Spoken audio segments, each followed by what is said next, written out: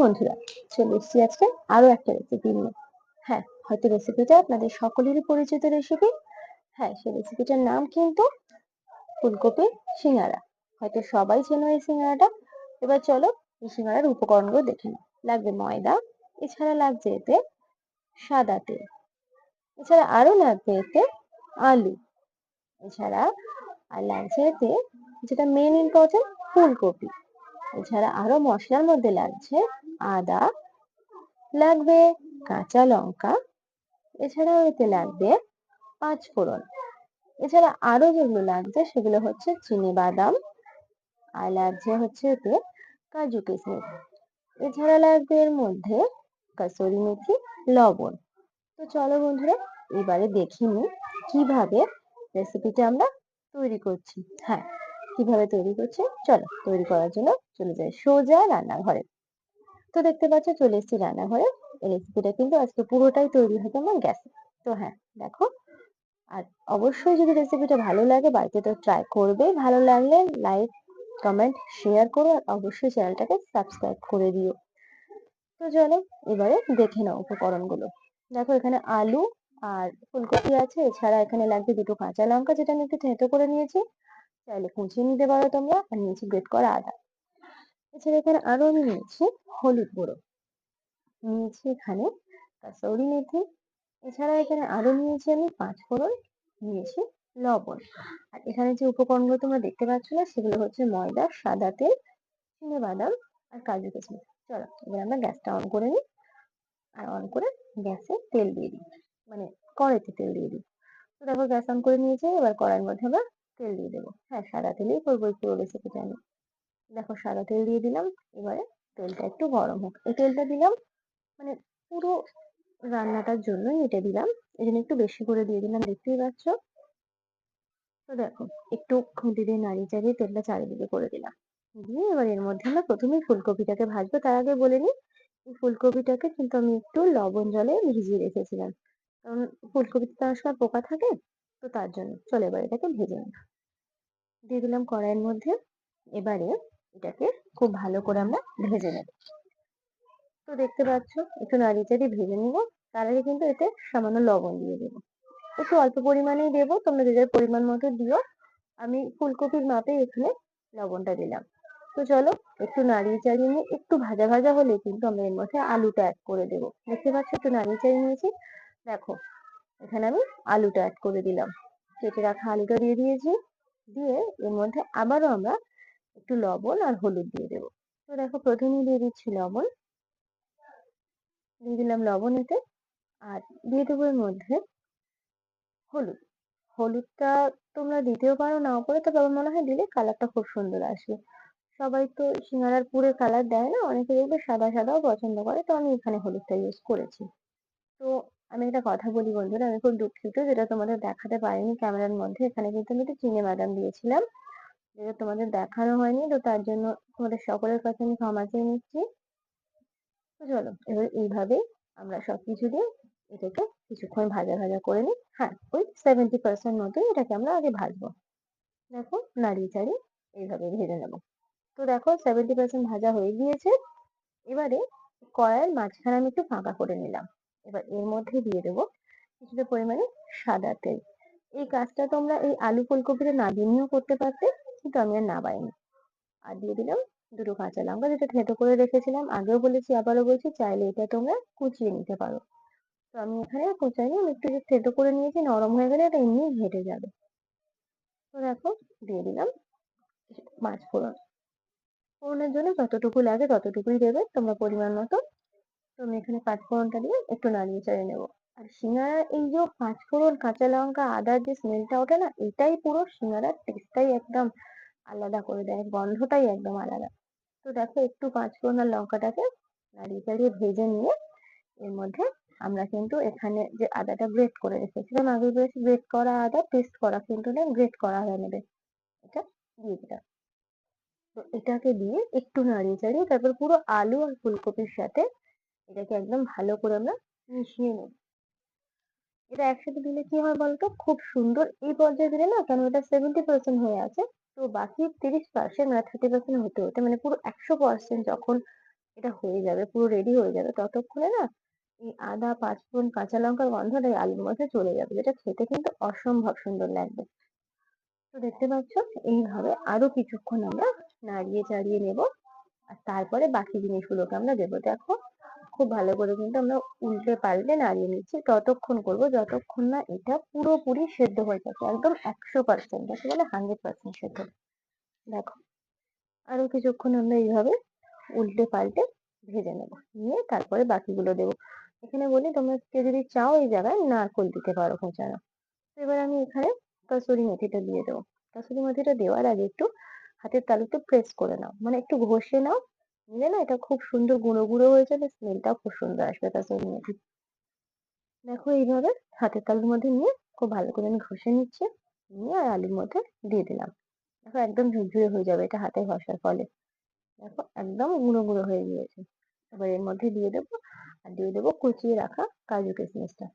এর আগেও তোমরা দিতে পারো, তবে এই জায়গায় দিলে না, মানে নামানোর জাস্ট কিছুক্ষণ আগে দিলে কি হয় বলতো, কাজু আর কিশমিশটা খুব হালকা ভাজা ভাজা হয়, যার ফলে কি বলতো পুড়ে যায় না, আর মুখে পড়লে খুব সুন্দর লাগে খেতে। দেখো, আর একটু নাড়িয়ে চাড়িয়ে নিয়ে আমরা কিন্তু এবার গ্যাসটাকে বন্ধ করে দেবো। দেখতে পাচ্ছ, তো আমাদের এটা কিন্তু হয়ে গিয়েছে। আমরা এবার এটাকে নামিয়ে দেবো আর গ্যাসটাকে অফ করে দেবো। তো চলো, এবারে আমি গ্যাসটা বন্ধ করে দিই আর এটাকে গ্যাস থেকে নামিয়ে নিই। চলো, নামিয়ে নিয়ে তোমাদের দেখাচ্ছি কেমন দেখতে হলো এটা। তো দেখো, তৈরি হয়ে গেছে পুরটা ভেতরে। এবার উপরের মন্ডটা তৈরি করব ময়দা। চলো, তার জন্য ময়দা লাগবে। আমি এখানে নিয়েছি 250 গ্রাম মতো ময়দা। আর এই ময়দার মধ্যে কিন্তু আমরা কোনো লবণ দেবো না। যে ময়ানটা দেবো, মনে রেখো, সিঙ্গারার কিন্তু ময়ানটাই মাস্ট, এতেই কিন্তু সিঙ্গারাটা মুচমুচে আর খাস্তা হয়। তো বেশি করে লাগে কিন্তু ময়ানের জন্য তেলটা, অন্য কিছু নয়, জাস্ট তেল লাগবে, একটু বেশি করে দেবে। কারণ তেলটা কিভাবে বুঝবে ময়ানটা রেডি হয়েছে সেটাও বলে দিচ্ছি। দেখো, এইভাবে বেশ কিছুটা তেল দিয়ে ময়দার সাথে মিশিয়ে নেবে কিছুক্ষণ এইভাবেই। মেশানোর পর হাত দিয়ে, তারপরে তোমরা এটাকে কিন্তু, মানে এই ময়দাটাকে হাতের মুঠোর মধ্যে নেবে, এইভাবে প্রেস করবে, হাতের মুঠোর মধ্যে নিয়ে একটু চাপ দেবে। দেখো, এটা কিন্তু খুলে যাচ্ছে। নর্মাল পাউডারও দেখবে যেমন ঠিক হাতের মুঠোর মধ্যে নিলে মুঠো হয় না, তেমনই হলো। এবারে এই পর্যায়ে যখন হবে, তোমরা আরো কিছুটা তেল দিয়ে নেবে। দেখতে পাচ্ছ, আমি আরো কিছুটা তেল দিয়ে নিলাম। এভাবে আরো কিছুটা পরিমাণে তেল দিয়ে নেবে, নিয়ে আবারও ময়ান দিতে থাকবে, মানে ময়দাটা মেশাতে থাকবে। খুব ভালো করে মিশিয়ে নিয়ে ঠিক আবারও একইভাবে তোমরা আবারও হাতের মুঠোর মধ্যে এটাকে নেবে। দেখো, দেখিয়ে দিচ্ছি। এই দেখো, এইভাবে ভালো করে এক মুঠো ময়দাকে হাতের ভেতরে নিয়ে খুব ভালো করে চাপ দেবে। দিলে দেখো, এটা কিন্তু একটা মন্ড তৈরি হয়ে যাচ্ছে। দেখতে পাচ্ছ? আবারও তোমাদের দেখিয়ে দিচ্ছি, এটা কিন্তু খুলে যাচ্ছে না। দেখো, ঝুরঝুর করে পড়ে যাচ্ছে না, এটা কিন্তু মন্ড আকারেই থেকে যাচ্ছে। আবার দেখো, আরো একবার দেখাচ্ছি। দেখো, এইভাবে চাপ দেবে, দিলে এরকম একটা মন্ড তৈরি হয়ে যাবে। যখন এরম পর্যায়ে আসবে, জানবে তোমাদের ময়দাটা একদম রেডি। তারপর তোমরা জল দিয়ে অল্প অল্প করে মেখে নাও।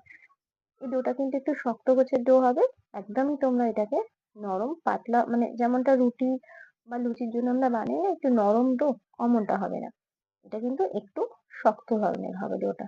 তো অল্প অল্প জল দিয়ে আস্তে আস্তে মাখিয়ে একটা মিডিয়াম, মানে শক্ত নরম, খুব নরম না, শক্ত মানে একদম শক্ত না যেটা বেলতে পারবে না, মানে শক্ত একটু উপরে। দেখো, এইভাবে আস্তে আস্তে মাখিয়ে নাও। দেখো, আমাদের মাখানো কমপ্লিট। ওটা কিন্তু খুব মসৃণ নয়, মাঝামাঝি একটা ডো বানিয়েছি। এবারে আর একটু এটাকে মাখিয়ে নেব, মসৃণ করবো না, আর একটু মাখিয়ে নিয়ে এটাকে আমরা এরপরে লেচি কেটে নেব। দেখো, মাখানো আমাদের হয়ে গিয়েছে। এবারে লেচি কেটে নেব। দেখতেই পাচ্ছ। আর লেচিটা তোমরা কিন্তু এখানে খুব বড় সাইজ করবে না, খুব ছোট সাইজ নয়, মানে রুটিও নয় আর লুচিও নয়, মাঝামাঝি একটা সাইজ বানাবে, যেটা রুটির থেকে ছোট হবে আর লুচির থেকে অবশ্যই বড় হবে। তো এবারে দেখো, আমি লুচি কটা সব কেটে নিয়ে তোমাদের দেখাচ্ছি। দেখতে পাচ্ছ, প্রায় আমার লিচি কাটা হয়ে গিয়েছে। তোমাদের লিচিটা কেটে নিয়ে দেখাচ্ছি কতগুলো লিচি হলো। দেখো, দেখতে পাচ্ছ এতগুলো লিচি হয়েছে আমাদের এখানে। এবার কিভাবে বেলে এটাকে ভাজবে সেটা তোমাদের দেখিয়ে দিচ্ছি, চলো। তো দেখো, এটা বেলার জন্য কিন্তু কোনো তেল বা ময়দা কিছুরই প্রয়োজন নেই। একটু প্রেস দিলে এটা হবে, কেন এটার মধ্যে ময়ানে বেশ কিছুটা তেল পড়েছে, তাই আলাদা করে দরকার নেই তেল। আর এখানে বলি, এই যে যখন বেলবে এটা কিন্তু গোলাকৃতি করবে না, এটা একটু লম্বাটে ধরনের করে বেলবে। দেখো আমি একটু লম্বা করেই কিন্তু এটা বেলছি, একটু লম্বাটে ধরনের করে বেলে নেবে। চলো আমি আর দু একটা বেলে নিই, তারপর তোমাদের দেখাচ্ছি। দেখো ঠিক এমনটা করে বেলবে, এই লম্বাটে করে। চলো, তো দেখতে পাচ্ছ আমাদের আমি তিনটে বেলে নিয়েছি। একটা চামচের পেছনের অংশ দিয়ে এইভাবে কেটে নেবে। এখানে তোমরা ছুরিও ইউজ করতে পারো। এমন একটা বাটিতে জল নিয়ে নেবে, এই জলটাকে এই ঠিক মাঝ বরাবর লাগিয়ে নিয়ে ময়দার যে বেলেছো যেটা, সেই বেলাটাকে নিয়ে না দু সাইড দিয়ে আস্তে আস্তে ফোল্ড করে দেবে। ঠিক ফোল্ডটা দেখতে হবে আমরা যেমন ভাবে ছোটবেলায় কাগজের নৌকা বানাতাম দু সাইড দিয়ে মুড়ে, ঠিক সেরকম ভাবে একটার উপর একটা ভাঁজ ফেলে দেবে, দিয়ে আস্তে আস্তে দেখো হাতের সাহায্যে এইভাবে প্রেস করবে। করলেই কিন্তু খুব সুন্দর খোলটা তৈরি হয়ে যাবে সিঙ্গারার। তো এর মধ্যে এবারে পুরটা দেওয়ার পালা। দেখতে পাচ্ছ পুরটাকে দিয়ে দিচ্ছি আমরা।